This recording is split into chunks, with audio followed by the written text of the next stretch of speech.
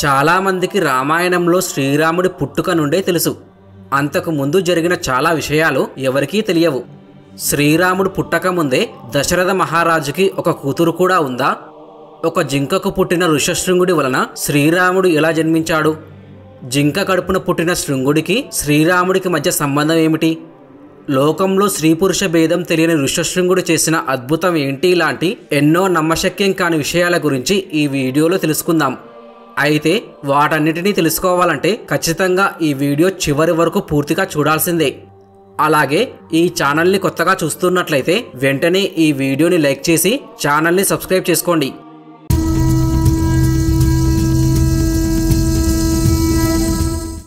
కశ్యప ప్రజాపతి కుమారుడు విభాండకుడు. ఇతడు బ్రహ్మచర్య నిష్ఠాగరిష్ఠుడు.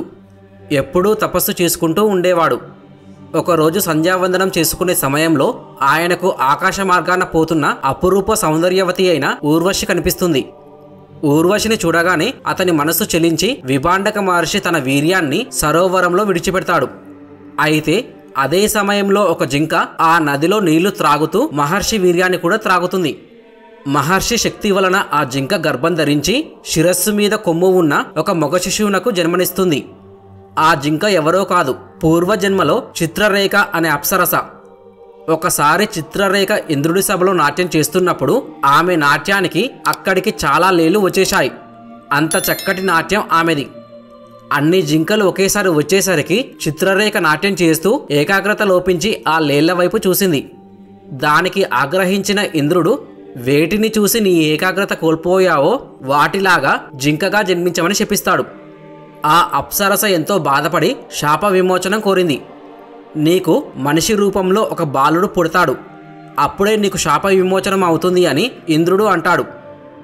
ఆ శాపం కారణంగా చిత్రరేఖ జింక రూపంలో దాహం కోసం నదిలో నీరు త్రాగుతున్నప్పుడు విభాండకుడి వీర్యాన్ని కూడా త్రాగి ఒక బాలుడిని కని శాప విమోచనం పొంది స్వర్గానికి వెళ్ళిపోతుంది. ఆ విధంగా జింకకు పుట్టాడు కాబట్టి ఆ బాలుడు ఒక చిన్న కొమ్ముతో పుడతాడు. తన దివ్య దృష్టితో విషయం తెలుసుకున్న విభాండకుడు ఆ బాలుడు కొమ్ముతో జన్మించాడు కావున ఆ బాలకునకు ఋష్యశృంగుడు అని పేరు పెడతాడు. ఋష్యశృంగునికి సకల విద్యలు, వేదాలు, వేదాంగాలు, యజ్ఞ యాగాది క్రతువులు తానే గురువై విభాండక మహర్షి నేర్పుతాడు. ఋష్యశృంగుడికి బాహ్య ప్రపంచం అంటే ఏమిటో తెలియకుండా పెంచుతాడు.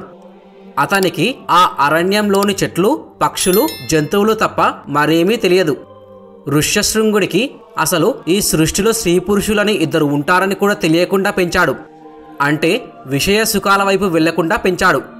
ఎప్పుడూ ఆ ఆశ్రమంలోనే తండ్రి పక్కనే ఉండే అతను బ్రహ్మచారిగా తపస్సు చేయడం వలన అతను ఎక్కడ ఉంటే అక్కడ కరువు కాటకాలు అనేవి ఉండకుండా వరం పొందాడు. ఇదిలా ఉండగా అంగరాజ్యాన్ని రోమపాదుడు అనే రాజు పరిపాలిస్తూ ఉండేవాడు. రోమపాదుడు దశరథ మహారాజు మిత్రుడు. అతనికి సంతానము లేరు. ఒకసారి తన స్నేహితుడైన దశరథ మహారాజు ఇంటికి వెళ్ళాడు. అక్కడ దశరథ మహారాజు కుమార్తె శాంతను చూసి ముచ్చటపడి తాను ఆ పాపను పెంచుకుంటాను అని దశరథుడిని అడిగాడు. దశరథ మహారాజుకి శాంత తప్ప వేరే సంతానం లేదు కాబట్టి శాంతను పెంచుకునేందుకు అంగీకరించాడు. కానీ వశిష్ఠ మహర్షి త్రికాలాలు తెలిసినవాడు కావడం వల్ల దశరథుడికి నచ్చజెప్పాడు. శాంతని రోమపాదుడికి పెంపకం ఇవ్వడం వల్ల మంచే జరుగుతుందని చెప్పడంతో 6 నెలలు దశరథ మహారాజు ఇంట్లోనూ 6 నెలలు రోమపాదుని ఇంట్లోనూ శాంత పెరిగేటట్లుగా వశిష్ఠ మహర్షి ఒప్పందం కుదిర్చాడు. అలా రోమపాదుడు శాంతను తీసుకుని అంగదేశానికి వెళ్ళిపోయాడు. కొంతకాలం తర్వాత రోమపాదుడు సంతానం కోసం బ్రాహ్మణులకు దాన ధర్మాలు చేయడం మొదలుపెట్టాడు. అయితే ఒక బ్రాహ్మణుడు తాను దానం తీసుకొని మళ్ళీ తన కొడుకును తీసుకువచ్చి అతనికి ఒక గోవునిమ్మన్నాడు. దానికి రోమపాదుడు, ఈ బ్రాహ్మణులకు ఆశ ఎక్కువ, ఎంత ఇచ్చినా మీ బ్రాహ్మణులకు చాలదు అని అవమానకరంగా మాట్లాడుతాడు. దానికి ఆగ్రహించిన ఆ బ్రాహ్మణుడు తన కొడుక్కి ఒక్క గోవు ఇమ్మని అడిగితే మొత్తం బ్రాహ్మణ జాతిని అవమానించావు, కాబట్టి నీ రాజ్యంలో వర్షాలే లేకుండా పోతాయి, దేశము కరువు కాటకాలతో పీడింపబడుతుంది అని శపించి తండ్రి కొడుకులు ఇద్దరూ వెళ్ళిపోయారు. ఆ విధంగా అంగదేశానికి అనావృష్టి సంక్షోభం చుట్టుముట్టింది. ఆ దేశ ప్రజలందరూ తినడానికి తిండి లేక ఆకలి దప్పులతో అలమటిస్తుంటే చూడలేక రోమపాదుడు తన మంత్రులను, పండిత పురోహితులను సమావేశపరిచి వారితో, బ్రహ్మవేత్తలారా, మీరు సర్వజ్ఞులు, సమస్త ధర్మాలు లోకాచారాలు తెలిసినవారు, నా దేశాన్ని పట్టి పీడిస్తున్న ఈ అనావృష్టికి కారణం నేను చేసిన పాపాలే అని అర్థమైంది.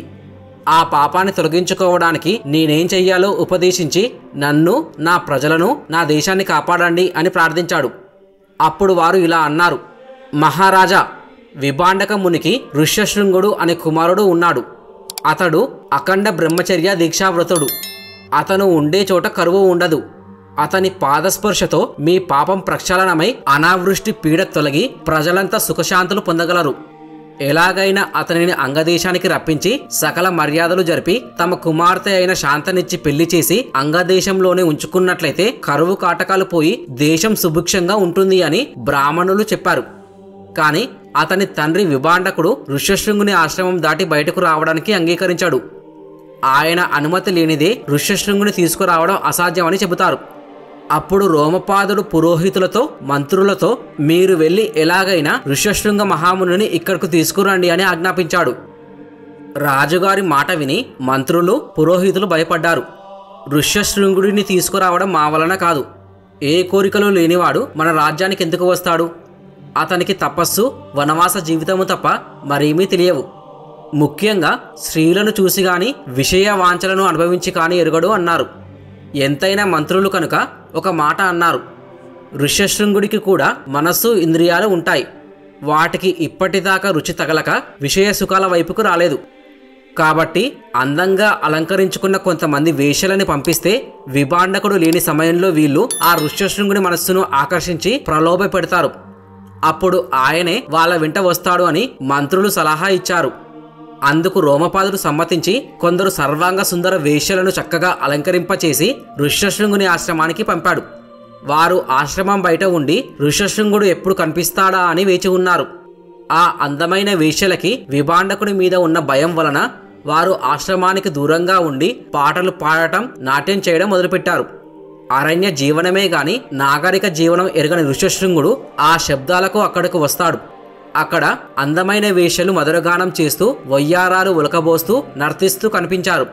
విషయ సుఖాలంటే తెలియని, స్త్రీ పురుష భేదం తెలియని ఋష్యశృంగుడు ఆ వేశ్యలను చూసి వారు కూడా పురుషులే అనుకొని, మహాపురుషులారా, మీరు మా ఆశ్రమానికి రండి, మిమ్మల్ని పూజిస్తాను అన్నాడు. అందరూ ఆశ్రమానికి వెళితే వారికి కందమూలాలు, ఫలాలు, తేనె ఇస్తాడు. వారు అది సేవించి ఋష్యశృంగుడికి తాము తీసుకొని వచ్చిన పిండి వంటలు పెడతారు. అతడు వాటిని ఫలాలు అని సేవిస్తాడు. అయితే అవి తాను తినే పళ్ళ కంటే చాలా రుచిగా ఉన్నాయి. అలాగే తన ఆతిథ్యం స్వీకరించిన వారు మామూలు కంటే చాలా అందంగా ఉన్నారు. ఋష్యశృంగుని మనస్సులో ఏదో తెలియని చిన్న కదలిక అలలా కదిలింది. గుండె లయ తప్పింది. ఇక విభాండక మహర్షి వచ్చే సమయం అయిందని భావించిన వేశ్యలు చిరునవ్వుల పువ్వులు జల్లుతూ ఋష్యశృంగుని సమీపించి వెళ్ళిపోతూ అతడిని గట్టిగా కౌగిలించుకున్నారు. వారు వెళ్ళిన దగ్గర నుంచి ఋష్యశృంగుని మనస్సులో లేదు. ఆవేదనతో ఆ రాత్రంతా నిద్ర లేకుండా గడిపాడు. వారు కౌగోలించుకున్న తరువాత విషయవాంఛలు లేని ఋష్యశృంగుడికి కూడా వారిని చూడాలి అనే కోరిక పుడుతుంది. వారిని వెతుకుతూ వెళ్ళగా వారు కనిపిస్తారు. అతన్ని చూడగానే వేశ్యలు తమ పని నెరవేరింది అనుకున్నారు. అతనితో, స్వామి, మీరు కూడా మా ఆశ్రమానికి వచ్చి మా ఆతిథ్యం స్వీకరించాలి అని కోరారు. అందుకు ఋష్యశృంగుడు పరమానందంతో సమ్మతించి ఆశ్రమం విడిచి వారి వెంట బయలుదేరాడు. ఆ వేశ్యలు తీయని మాటలతో అతనిని కవ్విస్తూ ఇక్కడే మా ఆశ్రమం అంటూ ఋష్యశృంగుణ్ణి అంగరాజ్యం తీసుకువచ్చారు. ఋష్యశృంగుడు అంగరాజ్యంలో ప్రవేశించగానే ఆకాశం కారు మేఘామృతమై కుండపోతగా వర్షం కురిసింది. అందుకు సంతృప్తి చెందిన రోమపాదుడు ఋష్యశృంగునికి స్వాగత మర్యాదలు జరిపి అతిథి సత్కారాలు చేసి, స్వామి, ప్రజాక్షేమం కోసం మిమ్ములను ఈ విధంగా తీసుకుని వచ్చినందుకు క్షమించండి. మీ రాకతో నా రాజ్యం సుభిక్షమైంది. మీరు కొంతకాలం నా రాజ్యంలోనే ఉండాలని వేడుకుంటాడు. ఆ తరువాత మోసం చేసి ఋష్యశృంగుడిని తీసుకువచ్చిన విషయం తెలిస్తే విభాండకుడికి ఆగ్రహం వస్తుందని భయపడి రోమపాదుడు విభాండకుడి అభయాన్ని కోరుతాడు. అయితే ఒకరోజు ఋష్యశృంగుడు పరమ సౌందర్యవతి, వినయ విధేయురాలు అయిన శాంతను చూసి ఆమె సౌందర్యమునకు ముగ్ధుడై రోమపాదుని పిలిచి ఆమె ఎవరని అడిగాడు. దానికి రోమపాదుడు ఆమె దశరథుని పుత్రిక అని, ఆమెను పెంచుకుంటున్నానని, దశరథుడు తన మిత్రుడని జరిగిందంతా చెప్పాడు. తర్వాత విభాండకుడిని, దశరథుడిని పిలిపించి శాంతా ఋష్యశృంగుల వివాహం శాస్త్రోక్తంగా అంగరంగ వైభవంగా జరిపించాడు.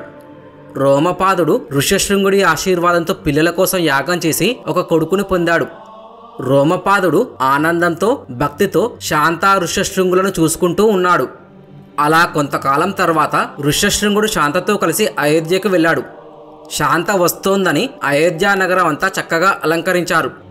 దశరథుని 3 భార్యలైన కౌసల్య, సుమిత్ర, కైకేయి ఎదురు వచ్చి శాంత ఋష్యశృంగుని తీసుకెళ్లారు. అయితే దశరథుడికి మగపిల్లలు లేరని కులగురువైన వశిష్ఠ మహర్షి సలహా మేరకు ఋష్యశృంగుని ఆధ్వర్యంలో అశ్వమేధయాగం, పుత్రకామేష్టి యాగం శాస్త్రోక్తంగా జరిపిస్తాడు. ఆ అగ్నిహోత్రంలోంచి ఒక దివ్య పురుషుడు వచ్చి ఒక బంగారు పాత్రలో పాయసాన్ని దశరథునికి ఇచ్చి, ఈ పాయసం నీ భార్యలకు ఇస్తే సంతానం కలుగుతుందని చెప్పాడు. దశరథ మహారాజు పాయసాన్ని తన భార్యలకు తినిపించి శ్రీరామ, భరత, లక్ష్మణ, శత్రుఘ్నులనే 4 కొడుకుల్ని పొందాడు. ఆ విధంగా పరమ పవిత్రమైన యాగాన్ని పూర్తి చేయించి ఋష్యశృంగుడు తన భార్య శాంతను తీసుకుని తన తండ్రి విభాండకుడి ఆశ్రమానికి చేరుకున్నాడు. తర్వాత ఋష్యశృంగుడు 12 వార్షిక యజ్ఞం చేశాడు. ఋష్యశృంగ స్మృతి అనే గ్రంథాన్ని రచించి లోకానికి అందజేశాడు. ఆ గ్రంథంలో ఆచారము, ప్రాయశ్చిత్తము, శుచి, శ్రాద్ధము వంటి విషయాలను వివరించాడు. ఋష్యశృంగుడు గొప్ప తపస్సంపన్నుడే కాకుండా శ్రీ మహావిష్ణువుని శ్రీరాముడిగా లోకానికి అప్పగించి రామరాజ్యాన్ని ప్రసాదించి రాక్షస బాధలతో సతమతమవుతున్న ప్రజల్ని కాపాడిన గొప్ప పుణ్యాత్ముడు కూడా. శ్రీరాముడికి బావగారై తన పాదస్పర్శతో లోకాన్ని సుభిక్షం చేసిన గొప్ప మహర్షి. ఆయన ఎక్కడ ఉంటే అక్కడ చక్కటి వర్షాలు పడి పంటలు బాగా పండి ఆ రాజ్యం అంతా ధనధాన్యాలతో తులతూగుతూ ఉండేది. అయితే ఋష్యశృంగుడి దేవాలయం ఇప్పటి శృంగేరికి 10 మైళ్ళ దూరంలో కిగ్గా అనే గ్రామంలో ఉంది. అసలు శృంగేరికి ఆ పేరు ఋష్యశృంగ మహర్షి వల్లే వచ్చింది. అయితే మిత్రులారా, ఋష్యశృంగ మహర్షి గురించి మీకు ముందే తెలుసా లేదా అనేది ఖచ్చితంగా కామెంట్ చేసి చెప్పండి. ఎందుకంటే మీరు పెట్టే కామెంట్ల వల్ల ఎంతమందికి మన మహర్షుల గురించి తెలుసో అర్థమవుతుంది. అంతేకాదు మిత్రులారా, ఈ వీడియో చేయడానికి మాకు చాలా సమయం పట్టింది. కానీ ఈ వీడియోని లైక్ చేసి ఛానల్ని సబ్స్క్రైబ్ చేయడానికి మీకు 2 సెకండ్లు కూడా పట్టదు. అందుకే ఈ వీడియో నచ్చితే తప్పకుండా లైక్ చేసి ఛానల్ని సబ్స్క్రైబ్ చేసుకోండి. ఈ వీడియో పూర్తిగా చూసినందుకు ధన్యవాదాలు. ఓం నమః శివాయ.